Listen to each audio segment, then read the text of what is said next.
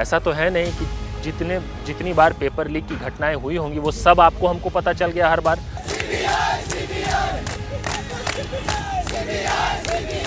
कि हर जगह देश में एकता का सूत्र बन गया है पेपर लीक, चाहे कोई भी सरकार हो, कोई भी पार्टी हो।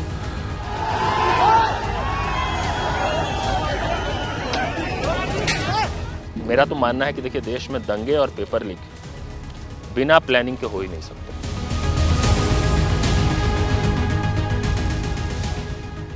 उत्तर प्रदेश हो, राजस्थान, छत्तीसगढ़, बिहार, हरियाणा या कोई और राज्य, हर जगह अगर एक चीज कॉमन है तो वो है पेपर लीक। क्या हमारा मतलब ये था बात कहने का कि कांग्रेस शासित राज्य हो या भाजपा शासित, एक चीज जो कॉमन है, जो हर दूसरे राज्य में इस वक्त हो रही है, जो हर दूसरे राज्यों में छात्रों को देखनी पड़ रही है और युवाओं का भविष्य जो है अधर में लटक रहा है, वो इसलिए क्योंकि पेपर लीक जो है वो इतने आम हो गए हैं कि हर दूसरे राज्य से आपको खबर आती है, हर दूसरे दिन पर खबर आती है कि यहाँ पर पेपर लीक हो गया। एक नीट जैसा सेंट्रल एग्जाम का पेपर भी लीक हो जाता है और वहीं राजस्थान हो, यूपी हो, कहीं भी उन राज्यों के एग्जाम के पेपर जो हैं वो पर्चे लीक हो जाते हैं और अलग अलग तरीकों से हाईटेक चीटिंग की खबरें भी आती हैं। और सबसे खराब बात यहाँ पर ये कि कभी हर स्तर पर, किसी भी स्तर पर, अलग अलग स्तर पर जब पेपर बनता है, छपता है, अलग अलग स्तर पर पेपर लीक की बात आती है। कभी कहा जाता है कि प्रिंटिंग प्रेस से पेपर लीक हुआ,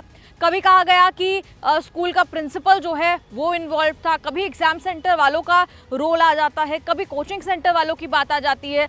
तो सवाल यहाँ पर ये कि हाँ, क्या देश में पूरी व्यवस्था जो है पेपर, चाहे वो सेंट्रल एग्जाम हो या राज्य का एग्जाम हो, क्या इस पूरी व्यवस्था को बदल देना चाहिए? इसी पर बात करने के लिए आज हमारे साथ युवा हल्ला बोल के चीफ अनुपम यहाँ पर मौजूद है। अनुपम जी, बहुत बहुत स्वागत है आपका। और जैसा मैंने कहा कि अलग अलग स्तर पर, पहली बात तो ये कि राज्य कोई भी हो, उसे गवर्न कोई भी कांग्रेस करे, बीजेपी करे या कोई और करे, एक चीज कॉमन है आजकल निकल कर आती है कि पेपर लीक हुआ। और देखिए, नाम के लिए पेपर लीक, लेकिन कितने लाखों युवाओं की का जो भविष्य है वो अधर में लटक जाता है उसकी वजह से। तो सबसे पहली बात तो यही कि अलग अलग स्तर पर पेपर लीक होता है। कभी प्रिंटिंग प्रेस का नाम आता है, कभी एग्जाम हॉल जिसमें जा रहे हैं उनके प्रिंसिपल का नाम आता है। ऐसे में अगर हर स्तर पर, किसी भी स्तर पर ट्रस्ट ही नहीं है, जिन एजेंसीज पर, जिन बोर्ड्स पर सरकार पैसा खर्चती है, अगर वो इतना भी इंश्योर नहीं कर सकते कि हमारा पेपर सुरक्षित प्रिंटिंग प्रेस से एग्जाम हॉल तक पहुंच जाए, क्या ये इतना मुश्किल है? देखिए, इतना मुश्किल तो नहीं है और आपने बिल्कुल सही बात कही अपनी भूमिका में कि पेपर लीक की जो घटना है वो किसी एक सरकार, एक पार्टी तक सीमित नहीं है जी। ये और तंत्र के प्रति अविश्वास नौजवानों में जितना पेपर लीक के कारण बनता है, उतना दूसरी किसी परेशानी के कारण नहीं बनता। पूरे सिस्टम के प्रति अविश्वास पनप रहा है नौजवानों में जब पेपर लीक हो जाता है तो। और इसका जो दर्द है, जो पीड़ा है पेपर लीक की, इस दर्द और पीड़ा को अगर हम लोगों को बेहतर ढंग से समझना हो, जो कि देखिए नेताओं को, पार्टियों को जल्दी नहीं समझ में आता है, अगर वो समझना हो तो आप उन माँ बाप से जाकर मिलिए जो अपना पेट काट कर, भूखे रहकर अपने बच्चे को अपने गांव से, घर से दूर शहर भेजकर तैयारी के लिए, एक भविष्य बनाने के लिए भेजते हैं। उन बेरोज़गार युवाओं से पेपर लीक का दर्द हमें जानना चाहिए, जो इतने हताश और नाउम्मीद होते जा रहे हैं कि हर ऐसे शहर में, पटना हो, इलाहाबाद हो, भोपाल हो, जयपुर हो, आप जाके देखिए, नौकरियों के कारण, बेरोज़गारी के कारण और पेपर लीक के कारण आत्महत्या की कितनी खबरें आ रही है। तब जाके सही में समझ में आएगा कि ये कितना बड़ा ज़ख्म है, कितना बड़ा दर्द है, जो कि सरकारों को नहीं समझ में आ रहा है। तो ये आसान नहीं, मतलब ये आप जो कह रहे हैं ना कि ऐसा, ये कोई बहुत कठिन काम नहीं है इसको ठीक ठाक से निभा देना, पेपर लीक ना हो और फेयर ढंग से परीक्षा पूरी हो जाए। आप देखिए, उत्तर प्रदेश में मुझे लगता है कि जब से ये सरकार है, मुख्यमंत्री जी हैं, तब से अकेले उत्तर प्रदेश में 1 दर्जन से ज़्यादा पेपर लीक हुए हैं। हमारे पास पूरी सूची है उसकी। लेकिन अब ऐसा नहीं है कि सिर्फ उत्तर प्रदेश में हुए, राजस्थान में भी खूब पेपर लीक हो रहे हैं, बिहार में भी खूब पेपर लीक हो रहा है। तो पेपर लीक बिल्कुल पूरे देश को जोड़ता है एकदम यूनिफॉर्मिटी से, कि हर जगह देश में एकता का सूत्र बन गया है पेपर लीक, चाहे कोई भी सरकार हो, कोई भी पार्टी हो। ये तो खैर समस्या की बात है। समाधान की बात अगर हम करें तो, और इससे पहले एक और बात हम लोगों को समझना चाहिए कि देखिए, आपको और हमको पेपर लीक के बारे में तब पता चलता है ना, जिस जो एक्सपोज हो जाए जो घटना। जी। ऐसा तो है नहीं कि जितनी बार पेपर लीक की घटनाएं हुई होंगी वो सब आपको हमको पता चल गया हर बार। अगर हर बार पता चल जाता तो इसी से पेपर लीक बंद हो जाता। तो मेरा ये मानना है कि अगर वो 10-15% से ज़्यादा जानकारी हमारे पास नहीं है, इससे भी कहीं ज़्यादा पेपर लीक की घटनाएं हो रही हैं, तभी तो लोग लगातार फिर से ये माफिया अभी भी काम कर रहा है। पहली बात ये। दूसरी बात, जब पेपर लीक की घटना होती है और युवाओं में आक्रोश होता है, हम जैसे लोग उस पर सवाल उठाते हैं, आंदोलन करते हैं अगर, और तब जाके सरकार पे दबाव बनता है, तो ज़्यादा से ज़्यादा क्या कर लेती है सरकार? ज़्यादा से ज़्यादा ये करती है कि परीक्षा को रद्द कर दिया। उसके लिए भी बहुत संघर्ष और मेहनत और प्रदर्शन करना पड़ता है, आंदोलन करना पड़ता है, लेकिन सरकार ये करती है कि परीक्षा को रद्द कर दिया। जो उसके बाद का जो काम है, जांच का काम, निष्पक्ष स्वतंत्र जांच का काम, वो कोई सरकार नहीं करती है। अगर बहुत दबाव बन जाए, हम लोग बहुत उस पर बड़ा कोई प्रदर्शन आंदोलन खड़ा कर दे, तो अंत में ये होता है कि किसी विभाग के किसी 2-3 कर्मचारियों को पकड़ के, निरीह प्राणी को पकड़ के, किसी चतुर्थ श्रेणी के कर्मचारी को बता दिया जाता है कि यही सरगना था, यही सारा खेल कर रहा था इस विभाग में बैठकर। और जो असल इसके जिम्मेदार हैं, जो जवाबदेह लोग हैं, वो हर बार बच के निकल जाते हैं। तो मेरा मानना है कि पेपर लीक खुद ब खुद नहीं होता। कोई सिर्फ एक एग्ज़ाम सेंटर वाला करा लेता है, सिर्फ जो कंटेंट तैयार करवा रहा है किसी ऑनलाइन परीक्षा में वो करा लेता है, या सिर्फ कोई बीच में एक कर्मचारी बैठा हुआ किसी विभाग में वो इतने बड़े पैमाने पर पेपर लीक करा लेता है। ऐसा नहीं है। पेपर लीक, मेरा तो मानना है कि देखिए, देश में दंगे और पेपर लीक बिना प्लानिंग के हो ही नहीं सकते। कुछ लोग होते हैं जो ऊपर में बैठ के प्लान करते हैं और उनके ऊपर राजनीतिक शह होती है। उनको ये विश्वास होता है कि जो पावर में है उनका आशीर्वाद मेरे ऊपर में है, तभी वही लोग पेपर लीक कराते हैं। आप उन लोगों को पकड़ के जेल में डालना शुरू कर दीजिए अगर हर बार, तो पेपर लीक की घटनाएं बंद हो जाएंगी। लेकिन ऐसा कभी नहीं होता है। होता इसलिए नहीं है क्योंकि जो पावर में है, जो सत्ता में है, और जो लोग पेपर लीक कर रहे हैं उनके बीच संबंध होता है, इसलिए नहीं होता। मतलब इस पे मैं थोड़ा काउंटर देना चाहूँगी कि आपने कहा कि कहीं ना कहीं संबंध होता है सरकार में जो ऊपर बैठे हैं और उनमें जो पेपर लीक कर रहे हैं, लेकिन सरकार खुद पेपर लीक करके या पेपर लीक में मदद करके किसी तरह से अपनी ही फजीहत क्यों कराना चाहेगी? नहीं, देखिए, मैं ये नहीं कह रहा हूँ कि सरकार खुद से पेपर लीक कर देती है। मैं ये कह रहा हूँ कि जो लोग सत्ता में होते हैं, पावर में होते हैं, उनकी कई मजबूरियाँ हैं, उनसे जुड़े कई लोग हैं। अब हमारे देश में तरह तरह की घटनाएं होती हैं ना भाई, लोगों को ठेका मिलता है ना, फेवर्ड लोगों को। तो ऐसे लोग हैं जो जिनके ऊपर शय है, जिनको आशीर्वाद है सत्ता में बैठे नेताओं का, और जो टॉप में लोग हैं, और वही लोग हैं जो पेपर लीक की घटना को अंजाम करवाते हैं। और वो फिर क्योंकि वो करीब हैं उनसे, तो उनको सज़ा नहीं होती, वो जेल नहीं जाते। ये सबसे बड़ा कारण है। और सरकारों के साथ ये होता है कि आप फिर कम से कम सरकार के ऊपर जो दबाव बन रहा होता है ना कि आपने भर्ती नहीं निकाली, तो सरकार कहती नहीं, हमने तो निकाला था भर्ती, लेकिन पेपर लीक हो गया, फिर दोबारा हम निकालेंगे।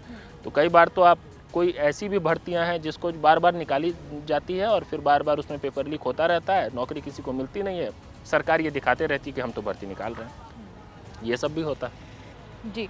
और अगर एक वन स्टॉप सोल्यूशन की बात करें, अगर मैं कहूँ कि पेपर लीक रोकने के लिए क्या देश की जो पेपर बनाने की व्यवस्था है, या बोर्ड है या एजेंसी है जिनको ये जिम्मेदारी दी जाती है, क्योंकि सरकार जाहिर तौर पर करोड़ों खर्चती है, पेपर छपवाती है, प्रिपेयर करवाती है, सब कुछ होता है। अलग अलग स्तर पर पेपर लीक अगर इस तरह से होता रहा तो क्या पूरी व्यवस्था को ही बदल देना चाहिए? क्या इसके लिए क्या कहें कि एक काया पलट जो है वो कर देनी चाहिए इस पूरी व्यवस्था की? मुझे लगता है प्रॉब्लम बिल्कुल लीडरशिप लेवल पे है। ऐसा तो है नहीं कि जो आज के दौर में जो बेस्ट पॉसिबल टेक्निक्स हैं, जो उसका इस्तेमाल नहीं किया जा रहा है। पहले पेपर बेस्ड एग्ज़ाम होता था, अब कई जगहों पे ऑनलाइन एग्ज़ाम्स होते हैं। फिर हमें पता चलने लगा कि लोग रिमोट एक्सेस कर लेते हैं, स्क्रीन शेयर कर लेते हैं और वहाँ से घपलेबाजी हो जाती है। सरकारों को अच्छे से पता है कि जब पेपर लीक हो या कोई धांधली हो तो उसके क्या क्या तरीके हैं, किस तरह से सॉल्वर गैंग्स को बिठाया जाता है। ऐसा नहीं कि कोई नया तरीका, ये सब non ways of committing irregularities है रिक्रूटमेंट प्रोसेस में। सरकार अगर चाह ले, उसमें इच्छा शक्ति हो अगर, तो इन सब चीज़ों पे आराम से रोक लगाया जा सकता है। तो सुधार यहाँ पे सिर्फ कोई व्यवस्था में कुछ व्यवस्था में बदलाव करके क्या कर लेंगे? आपको तो टेस्ट लेना ही है ना, आप किसी रिक्रूटमेंट प्रोसेस के लिए किसी को असेस तो करना ही है ना, उसका कोई ना कोई तरीका, कोई ना कोई मैकेनिज्म तो होगा ना। लेकिन अगर लीडरशिप में बैठे लोगों में इच्छा शक्ति नहीं होगी तो आप कोई भी मैकेनिज्म बना लेंगे, उस मैकेनिज्म का कोई फ़ायदा नहीं होगा। तो अल्टीमेटली देखिए, जवाबदेही तय करने की ज़रूरत है। आम लोगों को, युवाओं को एकजुट होकर सरकार से सवाल पूछने की ज़रूरत है। मीडिया को सरकार से सवाल पूछने की ज़रूरत है इस बात पे कि भाई आप क्यों खिलवाड़ कर रहे हैं देश के भविष्य के साथ, आप क्यों बेरोज़गार नौजवानों को अंधकार में धकेल रहे हैं, आप क्यों मजबूर कर रहे हैं कि उनके मन में सिस्टम के प्रति अविश्वास पैदा हो। हर साल हम जानते हैं कि परीक्षा पे चर्चा प्रधानमंत्री मोदी करते हैं और परीक्षा से जुड़ी सबसे बड़ा कंसर्न इस वक्त कुछ आया है, स्पेशली पिछले कुछ सालों में, या फिर यूँ कहें कि केसेस इस तरह के सामने आए हैं। तो क्या परीक्षा से जुड़ा जो सबसे बड़ा कंसर्न है, क्या उस पर भी बात नहीं होनी चाहिए? पेपर लीक बिल्कुल होनी चाहिए। देखिए, जब तक आप परीक्षा पे चर्चा करते हैं और परीक्षा को लेकर जो सबसे बड़ा कंसर्न है उस पर एक शब्द नहीं बोलते हैं, इसका मतलब आप तमाशा कर रहे हैं। इसमें तो कोई कन्फ्यूज़न ही नहीं होना चाहिए।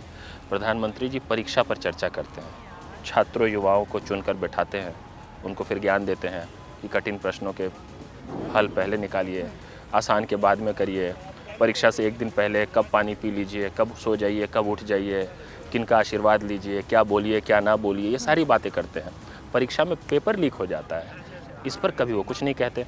तो ये उनकी जिम्मेदारी है, ख़ास तौर पे ऐसे प्रधानमंत्री की जिनको बिल्कुल पूरे देश ने सर्वमान्य ढंग से वोट दिया है। सांसदों को वोट नहीं दिया है, जिन लोगों ने भाजपा के सांसदों को वोट दिया, प्रधानमंत्री जी को वोट दिया है। तो प्रधानमंत्री के कुछ कहने का, कुछ बोलने का पूरे सिस्टम पे असर पड़ेगा। लेकिन प्रधानमंत्री कभी पेपर लीक पर कोई चर्चा नहीं करते हैं, ये बहुत दुर्भाग्यपूर्ण है। ये उनको चर्चा करनी चाहिए, इससे बहुत कुछ ठीक हो सकता है जी। और कहते हैं कि एक बार गलती हो जाए तो उससे सीख ले लेनी चाहिए, लेकिन चाहे कोई भी राज्य हो, एक बार पेपर लीक होता है फिर दोबारा होता है। जैसे आपने कहा कि वो जो अपराधी हैं, जो लोग शामिल होते हैं इसमें, चाहे कोचिंग सेंटर वाले हो कोई, उन पर उतना एक्शन नहीं लिया जाता, उतना कड़ा एक्शन नहीं लिया जाता जो लिया जाना चाहिए। तो क्या महज जो आपने कहा इच्छा शक्ति सरकार में होनी चाहिए एक्शन लेने की और ये इंश्योर करने की कि ये रिपीट ना हो अब की बार, तो महज आपको लगता है सिर्फ और सिर्फ इच्छा शक्ति से ही पेपर लीक को बिल्कुल किया जा सकता है कंटेन्स। देखिए, क्योंकि आप पहले अगर हम यही सोच लें ना कि सिस्टम में सुधार क्या किया जाए, वो सोचने के लिए भी आप तभी बैठेंगे जब आपके अंदर ये पॉलिटिकल विल और लीडरशिप विल होगा कि मुझे इस प्रॉब्लम को ठीक कर देना है हर हाल में। और अगर वो इच्छा शक्ति होगी तो आप एक काम जो हर हाल में करेंगे वो ये है कि आप जड़ तक पहुँचेंगे समस्या की जड़ तक जैसे ही पहुंचने की कोशिश करेंगे तो आपको समझ में आ जाएगा कि ये कहाँ से ये पूरा खेल चल रहा है। लेकिन मामला कहाँ रुक जाता है? मामला रुक जाता है चतुर्थ श्रेणी के उन कर्मचारियों के ऊपर, उन तक भी नहीं पहुंचता है। देखिए, मैं अक्सर ये बात कहता हूँ कि हमारे देश में जब पेपर लीक होता है तो 3 तरह की बातें हैं। पहला ये कि सबसे पहले तो विभागों के जो निरीह कर्मचारी हैं उनको पकड़ लिया जाता है जब ज़्यादा बड़ा आंदोलन हो जाए। तो अगर आंदोलन तेज़ हो जाए, दबाव ज़्यादा बन जाए, तब जाके जो ये दलाल हैं उनमें उनको पकड़ा जाता है। ये इन कर्मचारियों से मतलब एक लेवल ऊपर के लोग हैं। और इन तक पहुंचने का मतलब ये है कि अब आप उन सरगनाओं तक पहुंच सकते हैं जिनके ऊपर राजनीतिक शय है। जब आप दलालों तक पहुंच गए तो कई बार ऐसे हुआ है कि कई भर्तियों में जब पेपर लीक हुए तो जब दबाव बहुत ज़्यादा बना तो जांच के जरिए सरकारें उन दलालों तक पहुंच गई। लेकिन जैसे ही समझ में आया कि ये फलां व्यक्ति जो है वो उस नेता का आदमी है, ये व्यक्ति जो है उस मंत्री का आदमी है, जांच वहीं के वहीं रुक जाता है। ये उदाहरण मैं हर जगह से दे सकता हूँ, उत्तर प्रदेश से, बिहार से, सभी राज्यों से दे सकता हूँ। ऐसा हर जगह होता है कि जैसे ही समझ में आता है कि पेपर लीक की घटना में कोई ना कोई सत्ता में बैठे नेता का करीबी व्यक्ति शामिल था तो सारा मामला रफा दफा एक झटके में कर दिया जाता है। तो जिसमें इच्छा शक्ति होगी और वो जब अंत तक पहुंचेगा, उस सरगना को सज़ा देगा, तो खुद ब खुद यह संदेश जाएगा कि भाई ये काम किसी को नहीं करना है। अभी सबको पता है कि भाई हमारे लोग पावर में हैं, पेपर लीक कराएंगे, थोड़ा 10 बार कराएंगे, एक बार पकड़े जाएंगे, क्या दिक्कत है? 9 बार नहीं पकड़े जाएंगे, और एक बार जब पकड़े भी जाएंगे तो क्या होगा? कुछ दिनों में छूट जाएंगे। तो यही चल रहा है इस देश में इस समय। जी, और अब बहुत बहुत शुक्रिया आपका न्यूज़ तक से जुड़ने के लिए। पेपर लीक और जैसा आपने कहा कि परीक्षा पे चर्चा तो होती है, लेकिन पेपर लीक जो बहुत बड़ा कंसर्न परीक्षा से ही निकलता हुआ आता है, चाहे वो स्कूल की परीक्षा हो, ज़्यादातर जो हायर एजुकेशन की परीक्षाएं हम देखते हैं उसमें पेपर लीक की जब बात सामने आती है तो मन काफ़ी ख़राब होता है। छात्रों का मन ही नहीं, भविष्य खराब होता है। सबसे बड़ी बात छात्रों का। आपका इस पर क्या है कहना, कमेंट्स में लिखकर आप ज़रूर बताएं और देखते रहिए न्यूज़ तक।